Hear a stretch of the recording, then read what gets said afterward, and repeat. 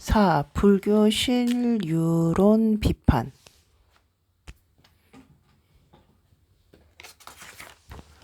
지혜의 개발, 무상의 통찰. 부처님께서 경전에서 말씀하시기를 색계, 욕계, 무색계의 3계로 이루어진 이 현상계의 모든 존재들은 마치 천둥번개나 신기루처럼 무상한 것이라고 하셨습니다. 3계 안에 존재하는 모든 사건과 사물들, 다시 말해 일체의 모든 현상은 오직 원인과 조건에 의존하여 발생한다는 것입니다. 따라서 모든 사물들은 일시적인 것이며 해체되는 것이며 또한 무상한 것입니다. 특히 생각을 가진 유정 중생들의 삶은 거세게 흘러가는 강물처럼 단 한순간도 멈추지 않습니다. 모든 유정 중생들의 삶은 시간의 흐름 속에 어느 것 하나 확실한 것이 없지만 시시각각 끊임없이 해체되는 동안 일순간 잠시 고정되는 듯 보이는 것일 뿐입니다.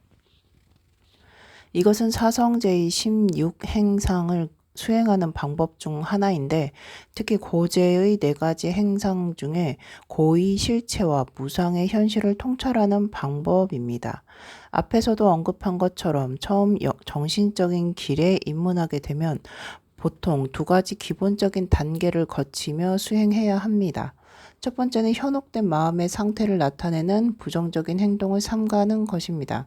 비록 거친 수준이기는 하지만 이 단계에서 무상을 사색하는 것은 그와 같은 부정적인 마음에 대한 초기 대응법입니다. 그리고 현혹된 마음의 상태와 부정적인 행위를 자극하는 잘못된 인식에 대응하는 주된 대치법은 좀 더 미세한 차원의 무상을 명상하는 것인데 이것은 역동적으로 끊임없이 변해가는 현상의 본질을 아주 깊이 통찰함으로써 이루어지는 것입니다. 이와 같은 방식으로 우리는 마음에 지속되는 왜곡된 인식과 번뇌와 망상에 맞서 강하게 대처할 수 있습니다. 탄생의 끝은 죽음입니다. 하지만 누구도 죽음을 바라지 않습니다. 그렇다고 죽음을 부정하거나 애써서 회피하는 것은 결코 좋은 방법이 아닙니다. 좋든 싫든 죽음은 존재의 현실이며 따라서 그러한 현실을 부정하는 것은 아무런 의미가 없습니다. 누구에게나 예약되어 있는 죽음의 현실은 임의로 취소할 수 있는 것이 아닙니다.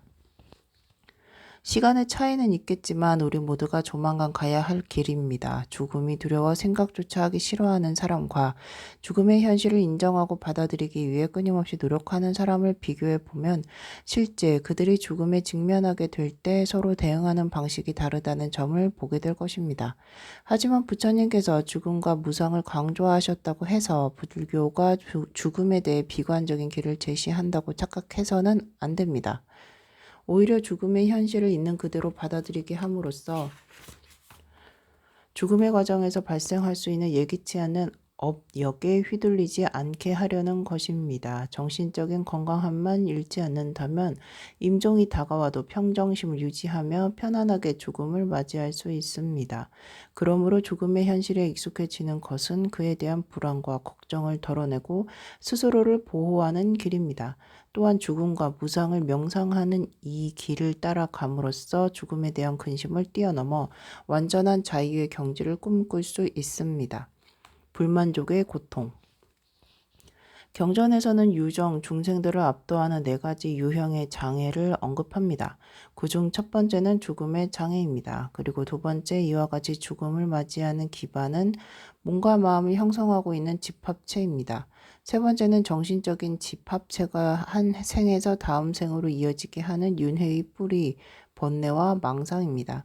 그리고 네 번째는 이렇게 번뇌의 힘을 키우는 핵심 요소가 애착이라는 것입니다. 불교의 수행자는 이처럼 장애가 되는 4가지 유형의 마군을 물리치고 해탈 열반의 진정한 승리자가 되기를 염원하는 간절한 서원을 세워야 합니다. 염원이 간절해지면 저절로 승리자가 되는 길로 향하는 것입니다. 수행자가 번뇌를 벗어나기 위해 고군분투할 수밖에 없는 이유는 사건과 사물들이 실제로 존재한다고 믿는 근본적인 무지가 그 뿌리에 있기 때문입니다. 이것이 문제의 핵심입니다. 그러므로 수행자는 무지를 극복하기 위해 개정의 3학을 따라 최상의 보리도를 실행해야 합니다. 사막의 첫 번째 수행은 무상관을 중심으로 개행의 삶을 실천하는 것입니다. 현재의 안위가 영원히 지속되기를 바라는 상견이나 단편적인 안락함만 추구하는 단견을 버리지 못한다면 개행을 통한 삶의 방식은 성공적으로 유지될 수 없습니다. 그러므로 존재의 무상한 본질을 살펴보는 것이 중요합니다. 단지 죽음이라는 관점에서만 무상을 논하고 있는 것은 아닙니다. 그것은 오히려 고정된 자기 정체성이 없이 매 순간 끊임없이 변해가는 이 모든 현상계의 본질적인 측면, 즉 재행 무상의 진리를 밝히기 위한 것입니다. 일체의 모든 현상은 원인과 조건으로 이루어진 무상한 것입니다. 업과 번뇌로 점철된 우리의 이 몸과 마음은 특히 더 그러합니다. 이와 같이 조건을 통해 형성된 존재의 뿌리에는 우리의 왜곡된 인식 혹은 근본적인 무지가 자리 잡고 있습니다. 이렇게 왜곡된 상태에 압도되어 있는 한 윤회의 속박에 갇힌 우리는 끊임없는 불만족과 고통에 시달릴 수밖에 없습니다. 그러므로 근본적인 무지는 우리의 번뇌와 망상을 모두 지배하는 마군의 왕이라고 할 수 있습니다. 이와 같은 사실을 깨닫고 나면 몸과 마음의 평화를 무너뜨리는 마왕의 폭압을 더 이상 방치해서는 안 된다는 것을 깨닫게 될 것입니다. 그리고 근본적인 무지의 속박에서 벗어나 진정한 자유와 해방을 꿈꾸는 참다운 염원을 갖게 될 것입니다. 고통을 피해 행복을 구하는 것이 우리의 본능입니다. 그리고 그것은 고의 원인입니다. 하지만 그럼에도 불구하고 우리는 덧없는 행복은 물론 심지어 고통의 대상에도 집착합니다. 왜일까요? 문제는 근본적인 무지입니다. 필요한 것은 잘못된 암이나 자신의 무지가 윤회고의 근본 원인이라는 것을 인정하는 자세입니다. 그래야 문제를 해결할 수 있습니다. 무지는 어떻게 제거해야 합니까? 저절로 사라지기를 바라며 하염없이 기다리거나 그러기를 간절히 바란다고 되는 일이 아닙니다. 또한 생각 없이 멍하니 앉아 중립적인 마음을 갖는다고 되는 것도 아닙니다. 오직 왜곡된 마음의 상태에서 형성된 대상의 본성이 그림자와 같다는 것을 꿰뚫어 볼 때만 제거됩니다. 그래서 부처님께서는 무상을 먼저 가르치시고 연후에 불만족의 고통을 가르치셨습니다. 그런 다음 비로소 공성과 무아에 대한 가르침을 설하신 것입니다. 그러므로 고제에 해당하는 4가지 행상 중에 첫 번째는 불만족의 고통을 여실히 드러내는 무상이며, 그래서 두 번째에 해당하는 통고는 우리가 무상으로 인해 경험하는 괴로움입니다. 무상에 대한 통찰을 통해 고에 대한 이해가 더욱 깊어지는 것입니다. 그리고 세 번째는 공성이며 네 번째는 자아와 현상의 무자성을 의미하는 무아입니다. 이를 통해 알 수 있는 사실 중 하나는 고제의 4가지 행상을 깨닫는데도 확실한 순서가 있다는 것입니다. 첫 번째 무상에 대한 통찰이 시작되면 나머지 행상에 대한 수행은 자연스럽게 이어집니다. 무상과 통고의 본질적인 원인이 되는 근본 무지를 제거하기 위해서는 공성에 대한 통찰력을 길러야 합니다. 더불어 이타적인 자비심과 보리심의 방편도 함께 수행해야 합니다. 공성의 지혜와 대비심의 방편을 합일해야 하는 겁니다. 그래야 번뇌로 형성된 본능적인 습관도 제거할 수 있습니다. 이를 통해 현상의 본질을 꿰뚫는 공성의 지혜가 완성되는 것입니다. 이것이 바로 입보리 행론 제9장 지혜품의 핵심 주제인 공성의 지혜 완성입니다. 본성의 해설, 현상의 부정. 앞에서 샨띠 대바는 불교 하급 학파들의 견해와 학설 체계가 중간 학파와 같은 상급 학파들의 논리에 의해 무효화된다고 말한 바 있습니다. 하지만 그러한 주장을 성공적으로 입증하려면 그것을 일반화할 수 있는 실례의 비유가 필요합니다. 4-2 둘 다가 인정하는 예시를 놓고 보면 결과만으론 분석이 안 되기 때문이다. 그러므로 위에 제4개송에서 샨티데바가 논쟁의 상대자 둘 다가 인정하는 일반적인 비유를 들어 예로 살펴본 것은 우리가 일상에서 그대로 믿고 따르는 세속의 관습에서조차도 신기루나 꿈속의 대상과 같은 특정한 현상은 무형의 비실제나 거짓으로 여겨질 수 있다는 사실을 암시합니다. 신기루나 꿈속에 나타난 대상 같은 현상들은 현실에서도 그 실체를 찾을 수가 없습니다. 중간론자들이 이와 같이 세속에서도 허위가 되는 예를 든 것은 사실 모든 현상의 비실제성을 밝히기 위한 방편입니다. 결과적으로 모든 사건과 사물들은 본래의 자성이 없다는 것을 환기시키는 것입니다. 입문 단계에서는 추론을 사용하는 논리나 논쟁 등의 지적인 과정을 통해 공성을 이해할 수는 있지만 궁극적으로 그것은 직접 지각 혹은 직접 경험 등을 통해 이해해야 합니다. 경전에서는 추론적 지식을 지팡이가 필요한 시각적 장애에 종종 비유하기도 합니다. 추론을 통한 인식은 직접적인 경험이 아닙니다. 그것은 논리와 분석적인 관찰에 기반한 것으로 직접 경험의 근사치에 불과합니다. 하지만 입문 단계에서는 추론을 통해서만 겨우 현실의 궁극적인 본성인 공성을 이해하기 시작합니다. 입자, 물리학과 같은 현대의 과학은 객관적인 현실이 눈에 보이는 그대로 존재한다는 개념을 더 이상 유지할 수 없을 만큼 주체적 실존성이 불분명한 현상의 본질을 점점 더 구체적으로 밝혀내고 있습니다. 이러한 과학적 통찰은 불교와는 별개로 발전해온 것입니다. 그리고 이 분야의 과학자들은 자신들이 전제한 과학적 결론에 따라 사건과 사물들의 본질이 고정된 실체가 아닌 비실제의 무언가일 수도 있다는 생각에 이른 것 같습니다. 본송에서 샨티데바는 사건과 사물들의 비실제성을 입증해줄 다양한 근거와 논리가 있다고 말하고 있습니다. 그에 반해 객관적이고 본질적이며 자립적으로 존재하는 사건과 사물들이 있을 수 있다는 것을 입증할 만한 것은 하나도 없다고 말합니다. 더불어 위의 제4개송에는 일체의 모든 사건과 사물에는 자립적인 본성이 없다는 중간의 논리를 반박하는 신유론자들의 견해가 내포되어 있습니다.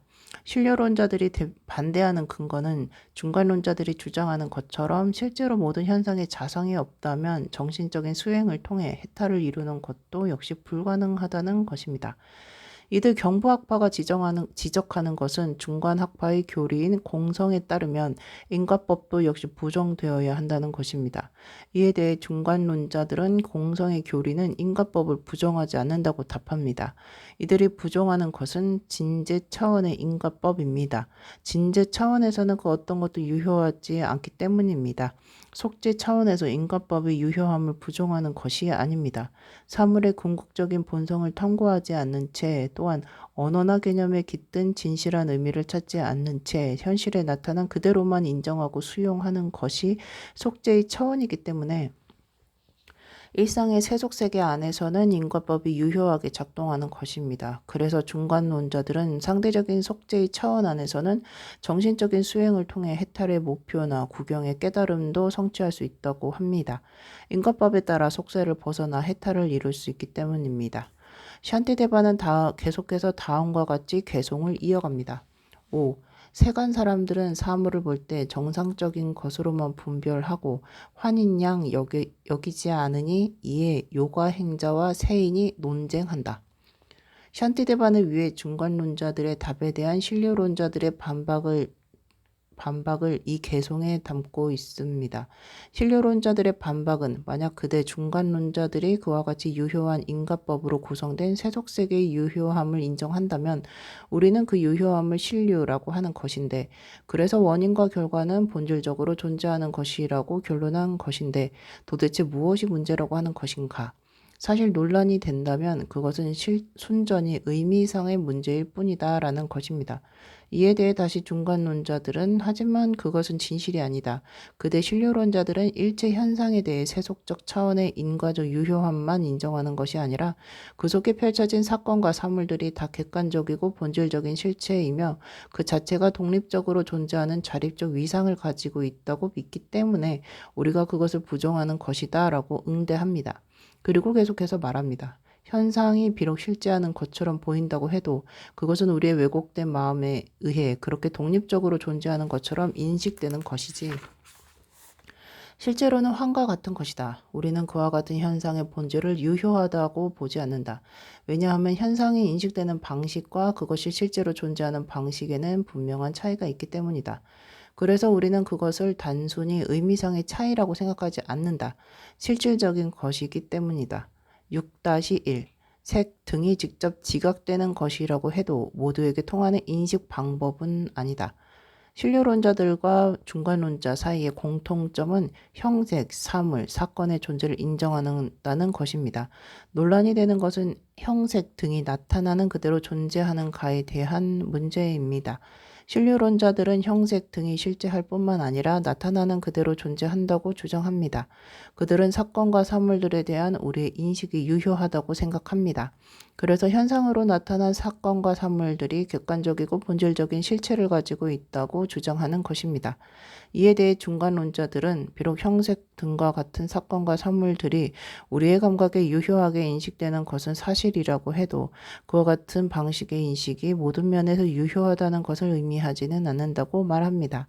그러한 감각이 대상을 인식하는 데는 유효하지만 그 대상을 객관적이고 독립적이며 본질적인 존재로 파악하는 것은 유효하지 않은 허위라는 것입니다. 그러므로 중간론자들에 따르면 인식은 두 가지 측면에서 논할 수 있습니다.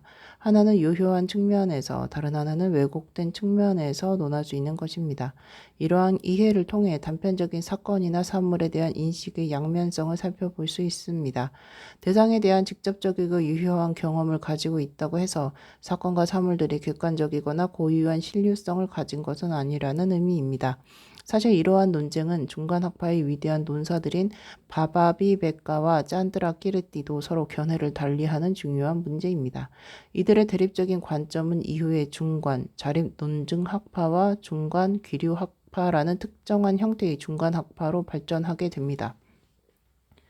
바바비베카와 짠드라 까이르띠가 논쟁하는 핵심은 신료론자와 중간론자들 모두에게 공통적으로 성립될 수 있는 대상이 있는지에 대한 문제입니다.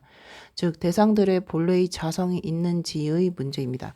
6-2 그것은 청정하지 않은 성품들 중에서 청정 등을 보편이라 여기는 오류이다.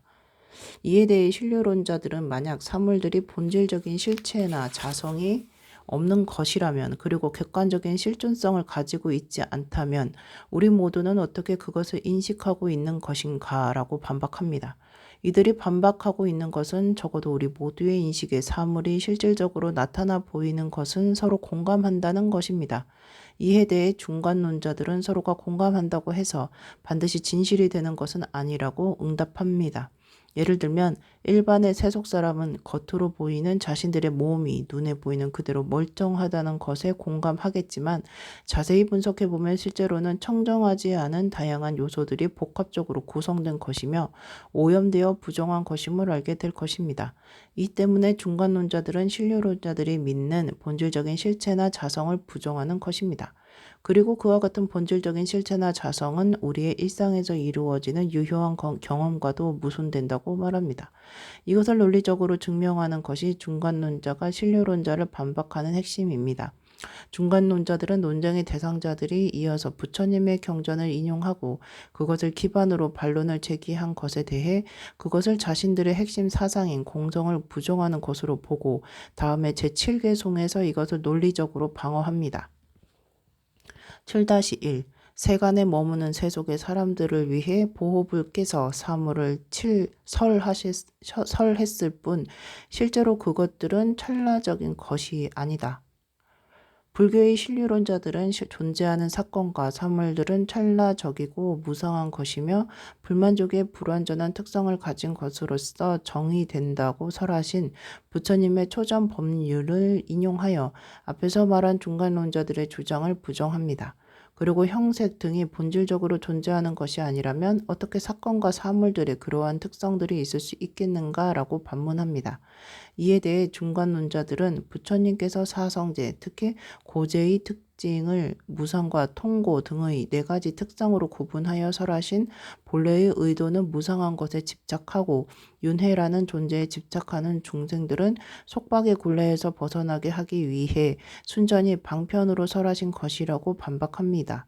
이와 같은 가르침의 궁극적인 목적은 무상한 것에 집착하여 스스로 고통받고 있는 유정 중생들을 공성의 완전한 깨달음으로 인도하기 위한 것이기 때문에 따라서 그러한 가르침은 공성의 교리와 상충되지 않는다는 것입니다. 이어지는 구절에서 샨티데바는 본질적인 존재 혹은 자성을 가진 존재를 부정하는 중간론자들의 입장을 재차 반박하는 신료론자들의 입장을 소개합니다. 이들이 반문하는 것은 중간론자들의 말처럼 만약 사물들이 궁극적인 차원에서 존재하지 않는 것이라면 그것은 상대적인 세속 차원에서도 존재할 수 없다는 것입니다. 이에 대해 중간론자들은 그 다음 개송을 통해 응답합니다. 7-2 하지만 세속에서도 모순이라 한다면 8. 요가 행자는 세속에 대한 착오가 없어 세간이 의지하는 바의 본 모습을 본다. 그렇게 여인의 청정하지 않은 이면을 밝히면 세간 사람이 이를 반박하리라. 중간론자들이 이와 같이 응답한 요지는 사건과 사물들이 실제로 무상하고 일시적인 것이라고 해도 일상에서는 그것들은 항상 지속되는 것으로 인식하는 경향이 있다는 것입니다. 그렇지만 사건과 사물들을 그렇게 항상하는 것으로 인식하는 경향이 있다고 해서 그것들이 일시적인 것이고 쉽게 해체되는 것이라는 사실 자체가 무효화되는 것은 아니라는 것입니다. 속죄 차원에서 보면 그것들은 무상한 것이기 때문에 나아가 진죄 차원에서 보면 그들의 무상한 특성 자체도 실체가 없습니다. 그러므로 사건과 사물들이 속죄 차원에서는 무상한 것이지만 전제 차원에서는 무상함 자체도 없다고 한 중간론자들의 입장에 모순되는 바가 없습니다. 만약 이와 같은 입장이 일반적인 무상의 견해와 다르기 때문에 무효라고 주장한다면 정혈과 골육 등으로 이루어진 우리 몸의 부정한 면을 통찰하는 수행 방법인 부정관 역시 무효화될 것입니다. 예를 들면 일반 세속 사람들의 인식은 종종 여인의 몸을 매력적인 대상으로 봅니다. 그리고 그 몸을 아름답고 깨끗한 것이라고 여기기 때문입니다. 공덕과 재생. 이에 대해 신료론자들은 만약 그와 같은 중간의 입장에 따르게 되면 공덕을 쌓는 일도 불가능하게 될 것이라고 말합니다. 9-1 환과 같은 승리불로부터 생긴 공덕이 어떻게 실제하는 것처럼 되는 것인가? 신료론자들은 그렇게 만약 중간론자들의 입장에 따르게 된다면 승리자이신 부처님도 환과 같은 것이 되며 따라서 궁극적인 실체가 아닌 것이 된다고 반박합니다. 그렇다면 그렇게 환과 같은 부처님을 대상으로 귀와 헌공의 예를 올린다고 한들 그것이 무슨 공덕이 되겠느냐고 묻는 것입니다. 이에 대해 중간론자들은 신료론자들이 실제로 존재하는 부처님께 헌공하여 실제로 존재하는 공덕이 쌓인다고 믿는 것처럼 그와 마찬가지로 우리의 입장에서는 환과 같은 부처님께서 헌공하여 환과 같은 공덕을 쌓는 것이라고 응수합니다. 서로가 모순이 없습니다. 그러므로 신료론적 실체나 본래의 자성을 부정한다고 해서 공덕을 쌓을 수 없는 것은 아닙니다. 이에 대해 신료론자들은 다시 다음과 같이 반박합니다. 9-2 만약 유정중생이 환과 같은 것이라면 어떻게 죽고도 다시 살아나는 것인가? 신료론자들은 중간학파의 공성에 따르면 일체의 유정중생들도 결국은 환과 같은 것이기 때문에 주체적 실존성이 없는 그들은 다시 윤회하여 재생하는 것도 불가능하다고 반박합니다. 그래서 환과 같은 유정중생이 어떻게 죽고도 다시 태어날 수 있다는 것인가? 라고 묻는 것입니다. 이에 대해 중간론자들은 그것은 가능할 뿐만 아니라 신료론자인 그대들의 비유가 오히려 그것을 입증해 주고 있다고 응수합니다. 10. 조건들이 모임을 이루는 한은 환도 역시 생각나는 것이므로 긴 세월 동안 형성된 것이라면 요정들도 진실인 양 존재한다. 환이라고 하더라도 결국은 원인과 조건에 의존합니다. 일체의 사건과 사물들이 원인과 조건의 모임에 따라 그 결과가 이루어진 것처럼 환도 마찬가지입니다. 원인과 조건이 형성되지 않으면 아무리 환이라도 결과를 이룰 수 없습니다. 마찬가지로 마음의 흐름의 윤회와 관련된 원인과 조건이 존재한다면 그에 따라 죽음 이후에도 당연히 다시 태어나는 결과를 맺게 되는 것입니다. 따라서 윤회의 재생과 공성의 교리는 서로 상반되지 않으며 동시에 성립합니다. 복업과 죄업. 이에 대해 신료론자들은 그들 중간론자들이 주장하는 것처럼 본질적으로 존재하는 성품이 없다면 무엇을 기반으로 복업과 죄업이 지어지는 것인가? 라고 묻습니다. 11. 환영의 사람을 죽이는 것 등에는 마음이 없기에 죄도 없을 것이다. 하지만 환과 같은 마음이 있다면 복업과 죄업 등도 생기는 것이다. 12. 진언 등에는 그럴 힘이 없기 때문에 환과 같은 마음이 생겨날 수가 없다. 갖가지의 조건에서 생겨난 것이라면 환도 갖가지의 유형이 될 수 있다. 13-1. 단일 조건으로 전부가 가능한 것 어디에도 존재하지 않는다. 신료론자들은 다음과 같이 말합니다. 만약 일체의 유정 중생들이 신기루나 환과 같은 것이라면 살생 등을 통해 축적되는 어떠한 죄업도 그저 환에 불과한 것이 될 것입니다.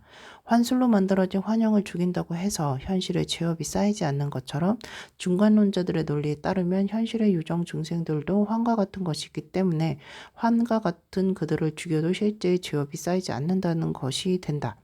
이에 대해 샨티데바는 신료론자들과 중간론자가 환과 같다고 한 것은 서로 다른 차원의 의미라고 말합니다. 마술이나 주문을 통해 만들어진 환영의 존재들은 의식을 가진 마음이 없습니다. 그래서 그들은 아픔이나 기쁨을 느낄 힘이 없습니다. 그러므로 환술로 만든 그들을 죽인다고 해도 마음의 죄업이 축적되는 것은 아닙니다. 하지만 중간론자들이 말하는 환과 같다는 의미는 비록 유정중생들의 본질은 자성이 없는 환과 같더라도 그들에게는 감각을 느끼는 마음이 있기 때문에 아픔이나 기쁨을 느낄 수 있는 힘이 있다는 것입니다. 그들은 마음을 가진 존재입니다. 따라서 환과 같은 유정 중생들을 죽이게 되면 환과 같은 죄업이 마음에 축적되는 것입니다. 이와 같이 환과 같다는 의미는 서로 다른 차원에서 논의되어야 할 문제입니다. 윤회와 열반. 다음의 개성들은 공성의 교리에 따르게 되면 결국 윤회와 열반도 구분할 수 없다는 신료론자들의 반박에 대해 중간론자들이 응답하고 있는 내용입니다. 13-2. 만약 궁극적 진제는 열반이고 윤회는 상대적 속죄라 한다면 14. 부처도 윤회하게 된다는 것인데 보리행은 무엇 때문에 하겠는가? 조건들의 흐름을 끊지 못한다면 환이라도 사라지지 않을 것이며 15-1. 조건들의 흐름을 끊어낼 수만 있다면 세속의 현상도 생겨나지 않을 것이다.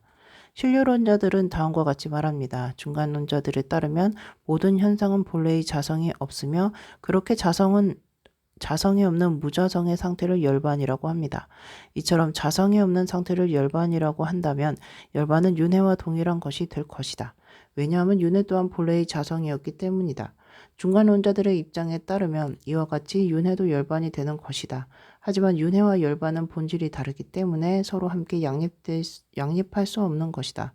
더욱이 윤회와 열반이 서로 구분되지 않는다면 부처도 결국 윤회의 속박에 갇힌 것이 된다. 그들의 주장처럼 궁극적으로 윤회와 열반이 하나라면 누가 부경보리의 해탈을 꿈꿀 것이며 무엇 때문에 그 길을 가기 위해 보리도를 수행하겠는가? 이에 대해 샨티데바는 신료론자들이 보리도의 수행을 통해 얻어지는 구경의 열반과 본래부터 자성이 멸한 상태인 본래의 열반을 혼동하고 있다고 응답합니다. 더욱이 멸은 본래의 자성이 없는 상태를 말할 뿐만 아니라 번뇌와 습기로 이루어진 일체의 모든 장애가 다 사라진 상태를 말합니다. 그러므로 공성이 본래의 열반과 수행을 통해 이루어지는 구경의 열반은 구분되어야 합니다. 그것은 다음과 같이 두 가지로 구분할 수 있습니다. 그 하나는 윤회의 재생으로 인도하는 원인과 조건들의 흐름이 끊어지지 않는다면 개별적 주체인 계안은 윤회의 속박에 갇힌다는 것입니다. 다른 하나는 원인과 조건의 사슬을 끊어내면 인연의 사슬을 끊어낸 그 계안은 본래의 열반의 상태에 머물게 될 뿐만 아니라 고통과 속박에서 벗어나는 구경의 열반을 성취한다는 것입니다. 여기서 신료론자들이 말하는 요점은 본질적이고 객관적인 실체로서 사물을 받아들이지 않는다면 인과의 원리는 물론 현상에 생멸하고 작용하는 기능도 있을 수 없다는 것입니다. 이에 대해 중간론자들은 궁극적인 차원에서 보면 일체의 모든 사건과 사물들은 본래의 독립적인 실체가 없는 환과 같지만 그렇다고 상대적인 세속세계에서 가능하는 인과법의 유효함을 부정하는 것은 아니라고 말합니다. 세속의 현실은 공성의 논리에 의해 파괴되지 않으며 나타나는 그대로 존재한다는 것입니다. 다만 그것이 본질적인 상태로 존재하는 것은 아니라는 말입니다. 그러므로 본래의 자성을 부정한 다음에는 세속세계의 유효함을 입증할 수 있어야 합니다. 그래야 상견과 단견을 벗어나 진실한 중도에 이를 수 있기 때문입니다. 이와 같은 중도적인 입장은 세속세계의 유효함과 현실을 부정하지 않는 것이기 때문에 원인과 결과, 주관과 객관 등의 모든 기능이 그대로 유지됩니다. 이러한 관점이 진실한 중도입니다. 그렇지 않고 중도를 벗어나게 되면 결국은 상견과 단견의 양면에 이끌릴 수밖에 없습니다. 단견에 이끌려 현실의 세계를 부정하고 점점 더 허무한 마음을 갖거나 아니면 불안한 마음을 감추고 두려움을 피하기 위해 영원하고 절대적인 대상에 의지하는 상견에 끌려갑니다. 샨티데바와 중간론자들에 따르면 깨달음을 추구하는 수행자들에게 가장 중요한 것은 이와 같은 중도의 입장을 중득하는 것입니다. 지혜의 명상. 이상은 미세한 차원에서 이루어진 무상에 대한 분석입니다. 이에 대해 틈틈이 신압으로 사유하고 명상해야 합니다. 먼저 혈액의 흐름을 중심으로 자신의 몸을 관찰합니다. 심장이 박동하여 순환하는 혈액의 흐름을 보는 것입니다. 이를 통해 자신의 몸에 흐르는 역동성을 경험하게 될 것입니다. 이러한 역동성은 단 한순간도 정적인 상태로 머물러 있지 않습니다. 우리 몸과 마음의 속성입니다. 끊임없이 작동하고 변화합니다. 그런 다음 시선을 돌려 외부를 관찰합니다. 자세히 보면 외부의 현상도 똑같이 그와 같은 역동성과 무상함을 품고 있습니다. 안팎의 모든 현상은 이와 같은 방식으로 작용하고 존재합니다. 예를 들면 늙어가는 부모님의 얼굴이나 낡아가는 옛 건물에 묻어나는 세월의 흔적은 순간순간 변해가는 무상함과 왕성했던 역동성의 흔적을 보여줍니다. 이와 같이 수행자는 드러난 이면의 미묘한 진실을 살펴야 합니다. 그것은 현상이 끊임없이 변화를 나타내는 역동성과 무상입니다. 물리적인 현상만 그러한 것이 아닙니다. 우리의 감정이나 생각과 같은 모든 정신적 상태들도 그와 같습니다. 끊임없이 생멸하며 변해가는 것입니다. 역동적이고 무상합니다. 단 한순간도 정적으로 남아있지 않습니다. 우리의 마음도 이와 같습니다. 역동성과 무상함을 품고 있는 것입니다. 우리의 몸과 마음과 의무의 모든 현상이 이와 같으므로 이 이면을 자세히 탐구해야 합니다. 미세한 차원의 무상함을 직접 경험하는 것입니다. 이와 같은 방식으로 우리는 일체의 사건과 사물들이 보이는 그대로 고정된 실체가 아니라 지극히 역동적이고 무상한 것이라는 사실을 통찰할 수 있습니다.